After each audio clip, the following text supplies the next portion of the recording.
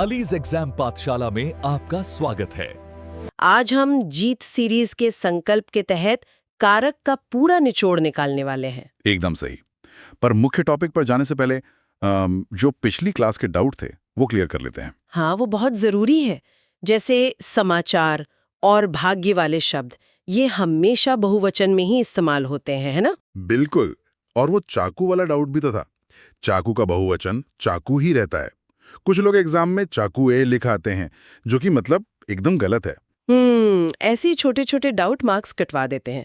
तो अब आज के मेन टॉपिक यानी कारक पर आते हैं। तो कारक को ऐसे समझ लीजिए जैसे एक इमारत है। इमारत? अच्छा। हाँ, मतलब ईंटें कितनी भी अच्छी हों पर बीच में सही सीमेंट ना हो तो दीवार गिर जाएगी। वाक्यों में शब्दों को सही अर्थ देने के लिए उनके बीच कारक रूपी सीमेंट की बहुत सख्त जरूरत होती है। क्या बढ़िया एनालॉजी है। तकनीकी तौर पर स्लाइड 2 में इसकी परिभाषा है कि क्रिया और संज्ञा या सर्वनाम के बीच जो संबंध बताते हैं वही शब्द कारक कहलाते हैं। बिल्कुल। और इन्हें परसर्ग या कारक की विभक्ति भी कहा जाता है। लेकिन यार यहाँ एक बड़ा मतभेद है। किशोरीदास वाजपेयी जी मानते हैं कि कारक सिर्फ 6 होते हैं, क्योंकि संबंध और संबोधन का क्रिया से सीधा लेना देना नहीं है। अरे, तो यहाँ एक उलझन है। अगर वाजपेयी जी इतने बड़े विद्वान हैं तो उनकी बात मानकर हम 6 कारक क्यों नहीं पढ़ते? क्या हम परीक्षा में 8 लिखकर गलती तो नहीं कर रहे? नहीं, ये उलझन स्वाभाविक है, पर गलती नहीं है। देखिए, व्याकरण के जो स्टैंडर्ड यानी मानकीकृत नियम है, उनके अनुसार हमें 8 ही मानने पड़ते हैं। अच्छा, ताकि भाषा का हर पहलू कवर हो सके। बिल्कुल। एग्जाम के नजरिए से 8 ही सही जवाब है। अब स्लाइड 3 पर जो 8 कारकों की मास्टर टेबल है, उसे एक एक करके देखते हैं। चलिए, पहला है कर्ता, जिसका चिन्ह है ने, यानी जिसने क्रिया की। दूसरा है कर्म, जिसका परसर्ग को है, मतलब जिस पर क्रिया हुई, या आसान भाषा में कहें तो क्या और किसको का जवाब। हाँ।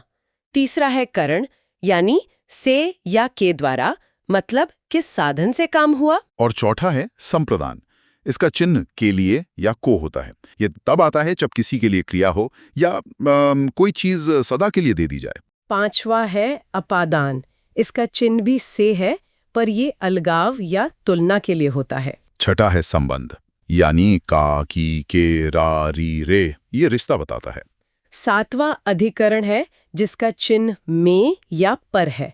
ये क्रिया का आधार या समय बताता है। और आखिरी 8वां है संबोधन, हे, अरे, ओ, जो पुकारने के लिए है। ये टेबल तो हो गई, पर स्लाइड 4 में जो गुरुजी के विशेष नियम है ना, वो सबसे अहम है। ये को और से का कंफ्यूजन बहुत परेशान करता है। हाँ, को का नियम बड़ा दिलचस्प है। अगर वाक्य में को हटाकर उसकी जगह के लिए फिट हो जाए और वाक्य का अर्थ ना बदले, बिल्कुल, तो वो संप्रदान कारक है। जैसे रमेश ने सुरेश को खिलौना दिया, यहां हम कह सकते हैं रमेश ने सुरेश के लिए खिलौना दिया, तो ये संप्रदान हुआ। और अगर के लिए फिट ना हो तो वो कर्म कारक होगा।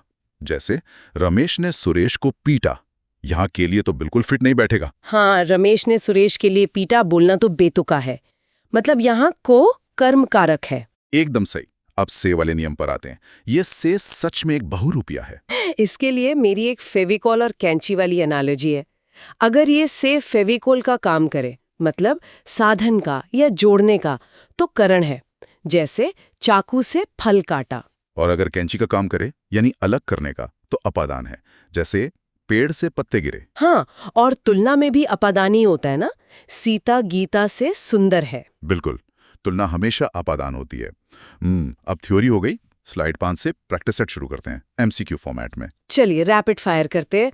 पहला एमसीक्यू, ने किस कारक का विभक्ति चिन्ह है? ये तो सीधा कर्ता कारक है, पर ध्यान रहे कई बार ऑप्शंस में कर्म और कर्ता दोनों लिखा होता है, वहां कंफ्यूज नहीं होना है। हाँ, सिर्फ कर्ता। अच्छा, कर्ता का मतलब क्या होता है? जो कार्य करें। जिससे काम हो वो करण होता है, और जिस पर काम हो वो कर्म। अब ये तीसरा एमसीक्यू बड़ा ट्रिकी है। कर्ता के ने चिन्ह का प्रयोग कहाँ होता है? ये गुरुजी का ब्रह्मास्त्र है। इसका इस्तेमाल सिर्फ सामान्य भूतकाल में होता है, वर्तमान में ने नहीं लगता। जैसे राम ने रावण को मारा। अरे हाँ, पर एक बात बताइए, वर्तमान काल में ने का प्रयोग क्यों नहीं होता? क्या भाषा समय के साथ आलसी हो गई है? आलसी नहीं, मतलब इसे भाषा का विकास कह सकते हैं। मुख सुख का सिद्धांत है ये। कम एफर्ट में अपनी बात कहना। वर्तमान में राम खाता है अपने आप में पूरा अर्थ दे देता है, नेकी जरूरत ही नहीं पड़ती। लॉजिकल है। अब चौथा सवाल, राम फल खाता है, इसमें फल कौन सा कारक है? क्या खाता है? फल।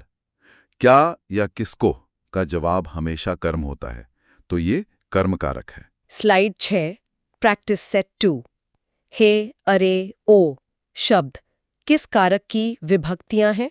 ये संबोधन है, पुकारने के लिए, वही जिसे किशोरीदास जी कारक नहीं मानते थे। अच्छा, अब ये ऑप्शन सुनिए।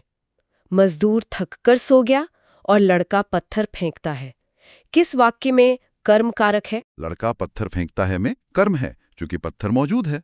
मजदूर थक कर सो गया में सोना अकर्मक क्रिया है, वहां कोई कर्म नहीं है। और बालक रोते रोते सो गया में? इसमें भी केवल कर्ता है। रोना और सोना दोनों में कर्म की जरूरत नहीं होती। चलिए स्लाइड 7 पर आते हैं। प्रैक्टिस सेट 3, करण कारक। वाक्य है, अध्यापक को पुरस्कार दीजिए। ये जाल है।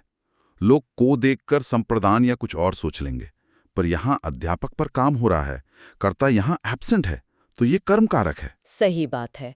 और उसने पेचकस के द्वारा ढक्कन खोला। यहाँ पेचकस टूल है, साधन है, तो ये सीधा सीधा करण कारक हो गया। पर अगर वाक्य हो, वह पब्लिक के हाथों मारा गया, यहाँ तो हाथों आ गया। मुहावरेदार है, पर मतलब तो पब्लिक के द्वारा ही निकल रहा है ना।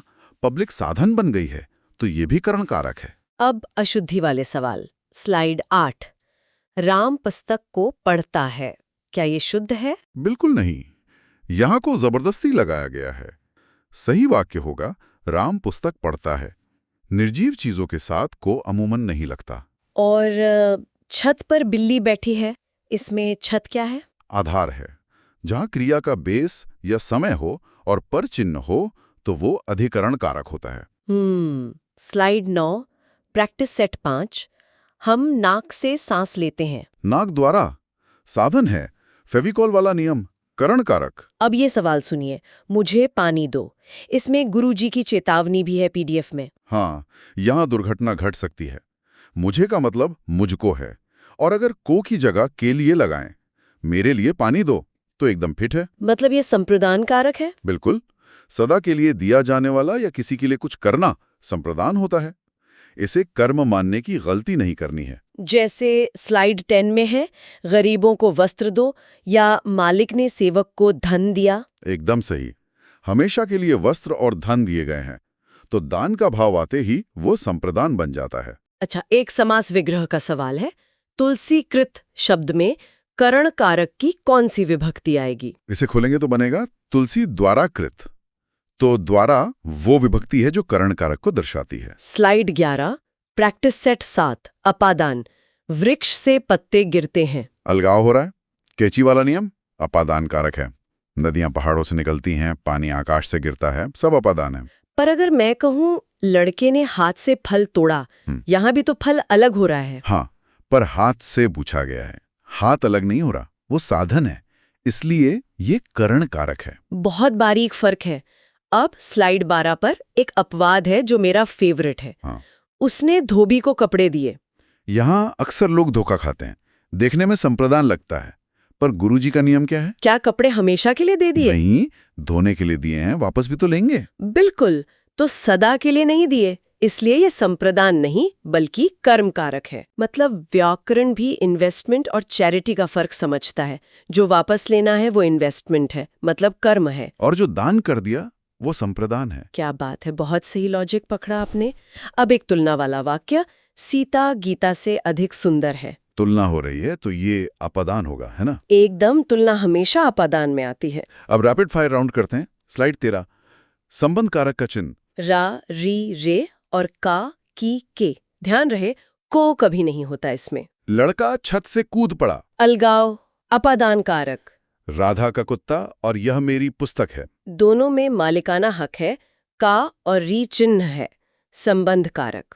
हे नारायण और भाइयों और बहनों, पुकारने वाले शब्द बिना शक के संबोधन कारक। अब स्लाइड 14, द फाइनल बॉस। एक ऐसा मास्टर सेंटेंस जिसमें सिर्फ 22% लोग ही सही जवाब दे पाए थे।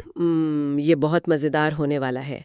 बताइए वाक्य। चोर ने धन के लिए धारदार हथियार से व्यवसायी की गर्दन धड़ से अलग कर दी। बाप रे, एक ही वाक्य में पूरा व्याकरण ठूंस दिया।